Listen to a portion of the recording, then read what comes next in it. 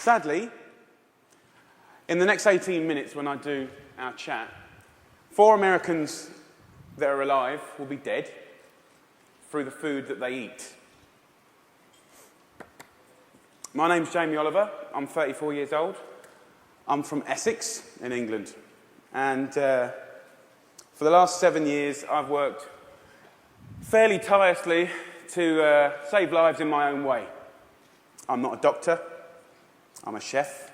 I don't have expensive equipment or medicine. I use information, education.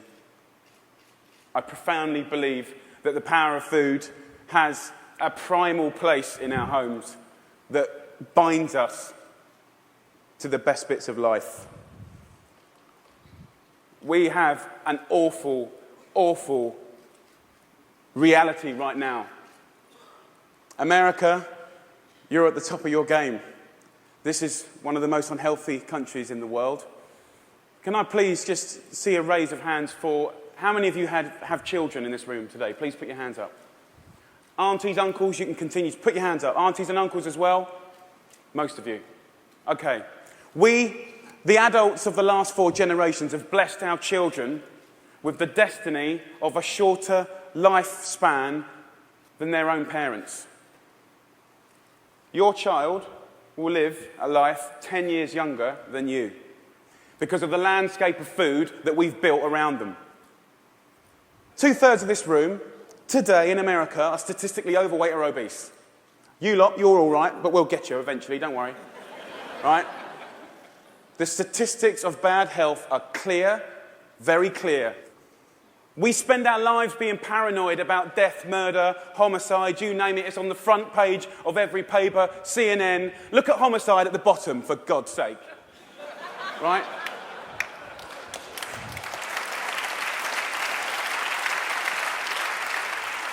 Every single one of those ones in the red is a diet-related disease.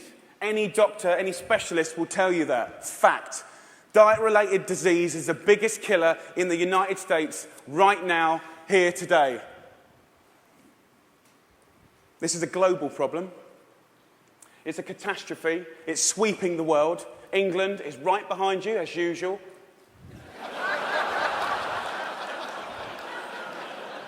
I know they were close, but not that close. We need a revolution. Mexico, Australia, Germany, India, China, all have massive problems with obesity and bad health. Think about smoking. It costs way less than obesity now. Obesity costs you Americans 10% of your healthcare bills, $150 billion a year. In 10 years, it's set to double. $300 billion a year. And let's be honest, guys, you ain't got that cash. I came here to start a food revolution that I so profoundly believe in. We need it. The time is now. We're in a tipping point moment. I've been doing this for 7 years. I've been trying in America for 7 years. Now is the time when it's ripe. Ripe for the picking. I went to the eye of a storm. I went to West Virginia, the most unhealthy state in America, or it was last year. We've got a new one this year, but we'll work on that next season. Huntington, West Virginia, beautiful town. I wanted to put heart and soul and people, your public, around the statistics that we've become so used to. I want to introduce you to some of the people that I care about, your public, your children. I want to show a picture of my friend Brittany. She's 16 years old. She's got 6 years to live because of the food that she's eaten. She's the 3rd generation of Americans that hasn't grown up in a food environment where they've been taught to cook at home or in school or her mum or her mum's mum. She has 6 years to live. She's eating her liver to death. Stacey, the Edwards family. This is a normal family, guys. Stacey does her best, but she's 3rd generation as well. She was never taught to cook at home or at school. The family's obese. Justin here, 12 years old. He's 350 pounds. He gets bullied, for God's sake. The daughter there, Katie, she's 4 years old. She's obese before she even gets to primary school. Marissa, she's all right. She's one of your lot. But you know what? Her father, who was obese, died in her arms. And then the second most important man in her life Her uncle died of obesity, and now her stepdad is obese. You see, the thing is, obesity and diet-related disease doesn't just hurt the people that have it, it's all of their friends, families, brothers, sisters. Pastor Steve, an inspirational man, one of my early allies in Huntington, West Virginia. He's at the sharp knife edge of this problem. He has to bury the people, okay? And he's fed up with it. He's fed up with burying his friends, his family, his community. Come winter, 3 times as many people die. He's sick of it. This is preventable disease, waste of life. By the way, this is what they get buried in. We're not geared up to do this. Can't even get them out the door, and I'm being serious. Can't even get them there, forklift. Okay, I see it as a triangle, okay? This is our landscape of food. I need you to understand it. You've probably heard all this before, but let's just go back over it. Over the last 30 years, what's happened that's ripped the heart out of this country? Let's be frank and honest. Well, modern day life. Let's start with the main street. Fast food has taken over the whole country, we know that. The big brands are some of the most important powers, powerful powers in this country. Supermarkets as well. Big companies, big companies. 30 years ago, most of the food was largely local and largely fresh. Now, it's largely processed and full of all sorts of additives, extra ingredients, and you know the rest of the story. Portion size is obviously a massive, massive problem. Labelling is a massive problem. The labelling in this country is a disgrace. They want to self-police themselves. The industry want to self-police themselves. What, in this current climate? They don't deserve it. How can you say something is low fat when it's full of so much sugar? Home. The biggest problem with the home is that used to be the heart of passing on food culture, what made our society. That ain't happening anymore. And you know what, as we go to work and as life changes and as life always evolves, we kind of have to look at it holistically, step back for a moment and readdress the balance. It ain't happening, hasn't happened for 30 years, okay? I want to show you a situation that is very normal right now, the Edwards family. Let's have a talk. This stuff goes through you and your family's body every week. And I need you to know that this is going to kill your children early. How are you feeling? I'm just feeling really sad and depressed right now. That, I want my kids to succeed in life, and this isn't going to get them there. But I'm killing them. Yes, you are. You are. But we can stop that. Normal. Let's get on schools, something that I'm fairly much a specialist in. Okay, school. So what is school? Who invented it? What's the purpose of school? School was always invented to arm us with the tools to make us creative, be able to do wonderful things, make us earn a living, etc., etc., etc. It's been kind of in this sort of tight box for a long, long time, okay? But we haven't really evolved it to deal with the health catastrophes of America, okay? School food is something that most kids, 31 million a day actually, have twice a day, more than often, breakfast and lunch, 180 days of the year. So you could say that school food is quite important, really, judging the circumstances.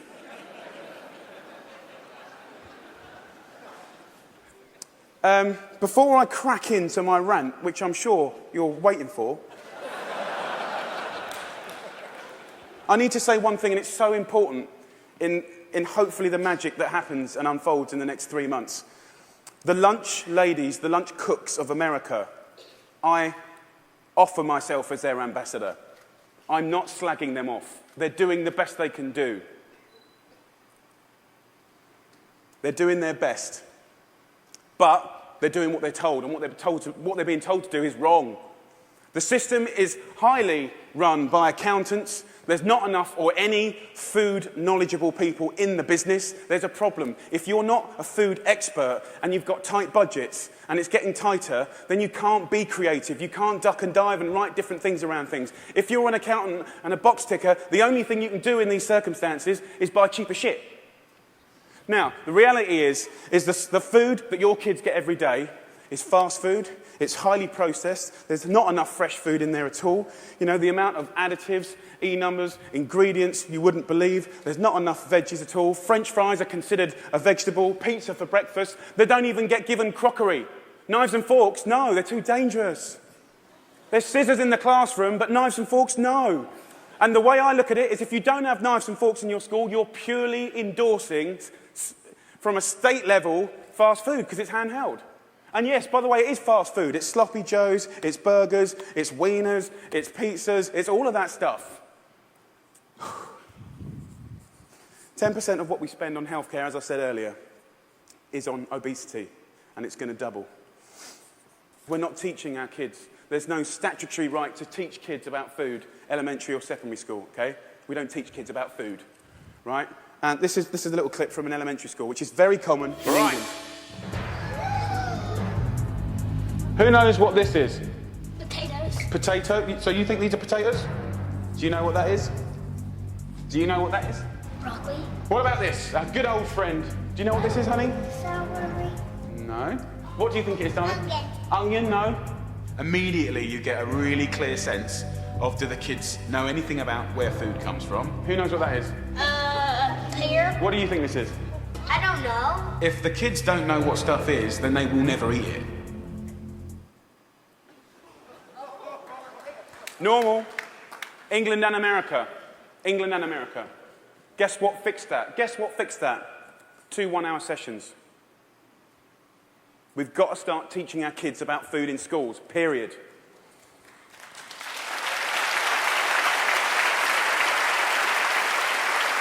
I want to tell you about something that kind of epitomizes the trouble that we're in, guys, okay? I want to talk about something so basic as milk. Every kid has the right to milk at school. Your kids will be having milk at school, breakfast and lunch, right? They'll be having 2 bottles, okay? And most kids do. But milk ain't good enough anymore because someone at the milk board, right, and don't get me wrong, I support milk, but someone at the milk board probably paid a lot of money for some geezer to work out that if you put loads of flavourings and colourings and sugar in milk, right, more kids will drink it. Yeah. And obviously, you know, now that's going to catch on. The Apple board is going to work out that if they make toffee apples, they'll eat more apples as well. Do you know what I mean? For me, there ain't no need to flavour the milk, okay? There's sugar in everything. I know the ins and outs of those ingredients. It's in everything. Even the milk hasn't escaped the kind of modern-day problems. There's our milk, there's our carton. In that is nearly as much sugar as one of your favourite cans of fizzy pop, and they're having 2 a day. So, let me just show you. We've got one kid here having, 8 tablespoons of sugar a day, There's your week. There's your month. And I've took the liberty of putting in just the 5 years of elementary school sugar just from milk. Now, I don't know about you guys, but judging the circumstances, right, any judge in the whole world would look at the statistics and the evidence and they would find any government of old guilty of child abuse. That's my belief.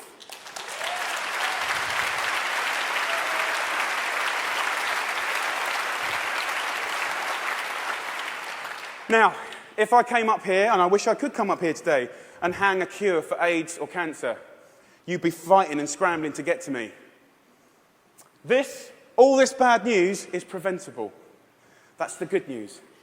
It's very, very preventable. So let's just think about, we've got a problem here, we need to reboot. Okay, so in my world, what do we need to do? Here's the thing, right? It cannot just come from one source. To reboot and make real, tangible change, so that I can look you in the white of the eyes and say, in 10 years' time, the history of your children's lives, happiness, and let's not forget, you're clever if you eat well, you're going to live longer, all of that stuff, it will look different, okay? So, supermarkets. Where else do you shop so religiously? Week in, week out. How much money do you spend in your life in a supermarket? Love them. They just sell us what we want, all right. They owe us to put a food ambassador in every major supermarket. They need to help us shop. They need to show us how to cook quick, tasty, seasonal meals for people that are busy. This is not expensive. It is done in some, and it needs to be done across the board in America soon and quick. The big brands, the food brands, need to put food education at the heart of their businesses. I know, easier said than done. It's the future. It's the only way. Fast food. With the fast food industry, it's very competitive. I've had loads of secret papers and dealings with fast food restaurants. I know how they do it. I mean, basically, they've weaned us on to these hits of sugar, salt and fat and X, Y and Z, and everyone loves them, right? So these guys are going to be part of the solution, but we need to get the government to work with all of the fast food purveyors and the restaurant industry, and over a 5, 6, 7 year period, wean us off the extreme amounts of fat, sugar, fat, and all the other non-food ingredients. Now, also, back to the sort of big brands, labelling, I said earlier, is an absolute farce and has got to be sorted. Okay, school. Obviously, in schools, we owe it to them to make sure those 180 days of the year, from that little precious age of 4 to 18, 20, 24, whatever, they need to be cooked proper, fresh food from local girls on site, okay? There needs to be a new standard of fresh, proper food for your children. Yeah?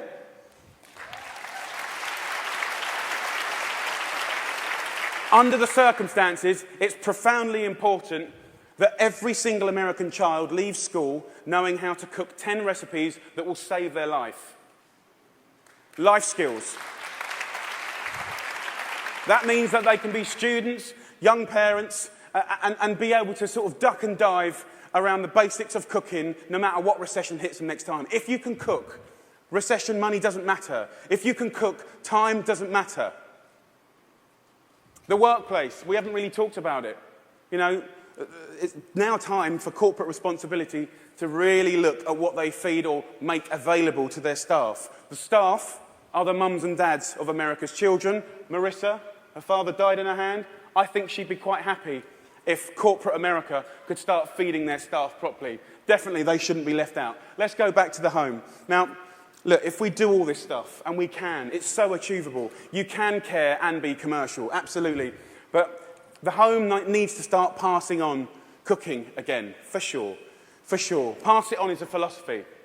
And for me, it's quite romantic, but it's about if one person teaches 3 people how to cook something, and they teach 3 of their mates, that only has to repeat itself 25 times, and that's the whole population of America. Romantic, yes, but most importantly, it's about trying to get people to realise that every one of your individual efforts makes a difference. We've got to put back what's been lost. Huntington Kitchen. Huntington, where I made this programme, we've got this primetime programme that hopefully will inspire people to really get on this change. I truly believe that change will happen.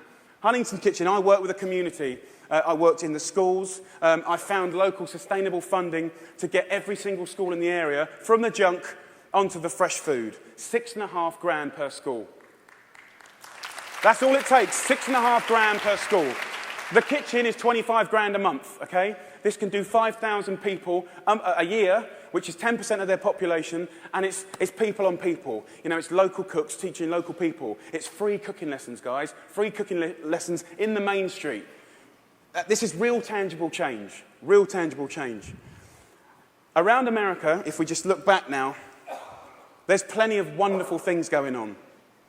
There's plenty of beautiful things going on. There are angels around America doing great things in schools, farm-to-school setups, garden setups, education. There are amazing people doing this already. The problem is they all want to roll out what they're doing to the next school and the next, but there's no cash. We need to recognise the experts and the angels quickly, identify them, and allow them to easily find the resource to keep rolling out what they're already doing and doing well. Businesses of America need to support Mrs. Obama to do the things that she wants to do.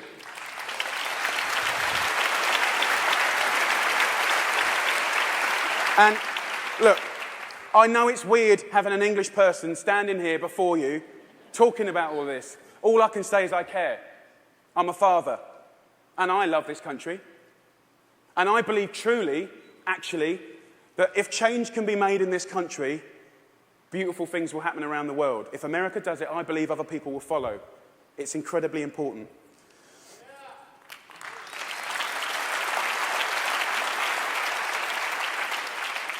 When I was in Huntington, trying to get a few things to work when they weren't, I thought, if I had a magic wand, what would I do? And I thought, you know what, I'd just love to be put in front of some of the most amazing movers and shakers in America. And a month later, Ted phoned me up and gave me this award. I'm here. So my wish.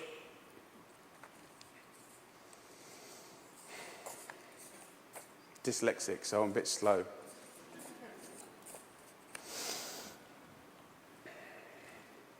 My wish is for you to help a strong, sustainable movement to educate every child about food, to inspire families to cook again, and to empower people everywhere to fight obesity.